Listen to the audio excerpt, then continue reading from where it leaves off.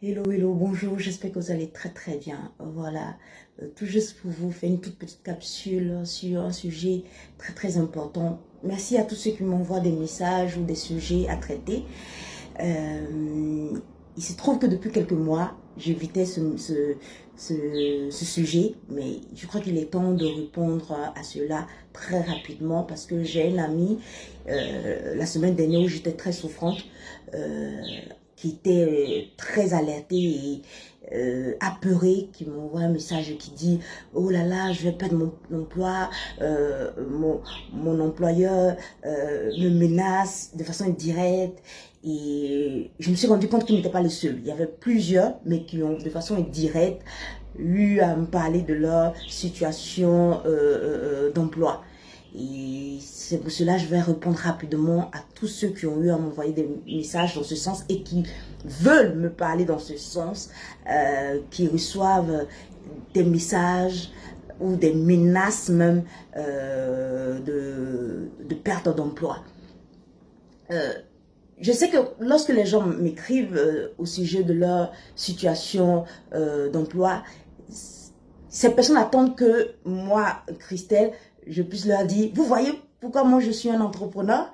Vous voyez, il est meilleur d'être entrepreneur que d'être employé, et parce que l'emploi, c'est pas sûr, et tous ces genres de mots-là. Mais rassurez-vous, je ne veux pas aller dans ce sens-là. Parce que je comprends les raisons pour lesquelles il y a plus en plus de personnes qui perdent leur emploi. Vous savez tous, hein, c'est à cause du coronavirus. Et puis, voilà, moi, ce qui moi me gêne dans cette situation, c'est pourquoi justement, à cette période de fin d'année où tout devait finir en beauté pour une année qui a commencé en catastrophe. Et je comprends qu'il y a toujours un préavis de 3 mois et il faut d'abord donner la situation financière de la société pour que chacun des employés arrive à savoir plus ou moins que peut être la situation dans quelques mois. Et c'est l'occasion rêvée pour vous dire, vous n'avez pas besoin d'être forcément des entrepreneurs comme moi. Moi, l'entrepreneuriat s'est imposé à moi. Je n'ai pas voulu être entrepreneur. Ce n'est pas pour un effet de mode. C'est imposé à moi et moi, je sais reconnaître les signes de temps. C'est une grâce. C'est pour cela que j'agis en ce moment comme vous me voyez en train d'agir parce que c'est ma mission de vie, c'est mon appel, c'est ma voix et je ne peux pas me dérober plus longtemps que cela. Et je vais vous donner la solution que j'ai eu à donner à celui qui a eu à me parler lorsque j'étais souffrante le mercredi dernier. J'ai dit à cette personne, si vous voyez que vous avez peur de perdre votre emploi, ce qui est normal, vous vous sentez déjà, vous sentez la catastrophe, vous voyez tout s'écrouler autour de vous parce qu'il y a eu cette annonce de la perte ou la menace de la perte de l'emploi. C'est tout juste parce que vous n'avez pas dans votre esprit d'autres options. Ayez dans votre esprit d'autres options, ou on dit en développement personnel, d'autres opportunités. Vous ne vous donnez pas d'autres options, vous ne vous donnez pas d'autres solutions. Vous vous dites, c'est cet emploi où il faut que j'ai un emploi. C'est vrai qu'on est dans une société qui veut qu'on soit compétent, qu'on soit compétitif. Et je comprends tout ça. Mais il faut se dire que ce n'est pas la fin du monde. Perdre un emploi, moi, toute ma vie est une vie d'échec. Perdre un emploi n'est pas la fin du monde. Et le monde entier ne va pas vous étrangler parce que vous n'êtes plus employé.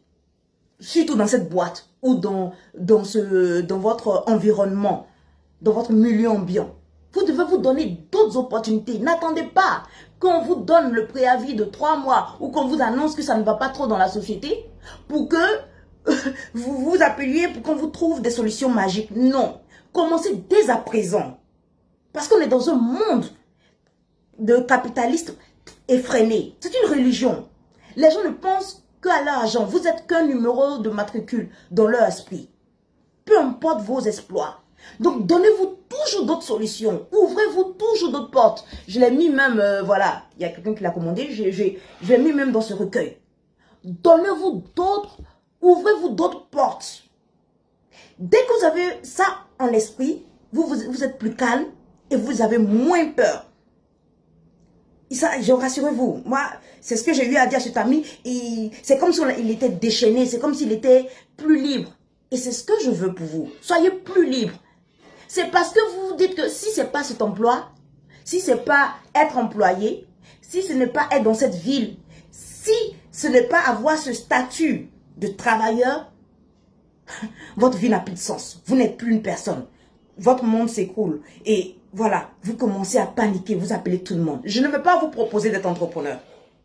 Je vous propose tout simplement de vous ouvrir d'autres options, d'autres portes.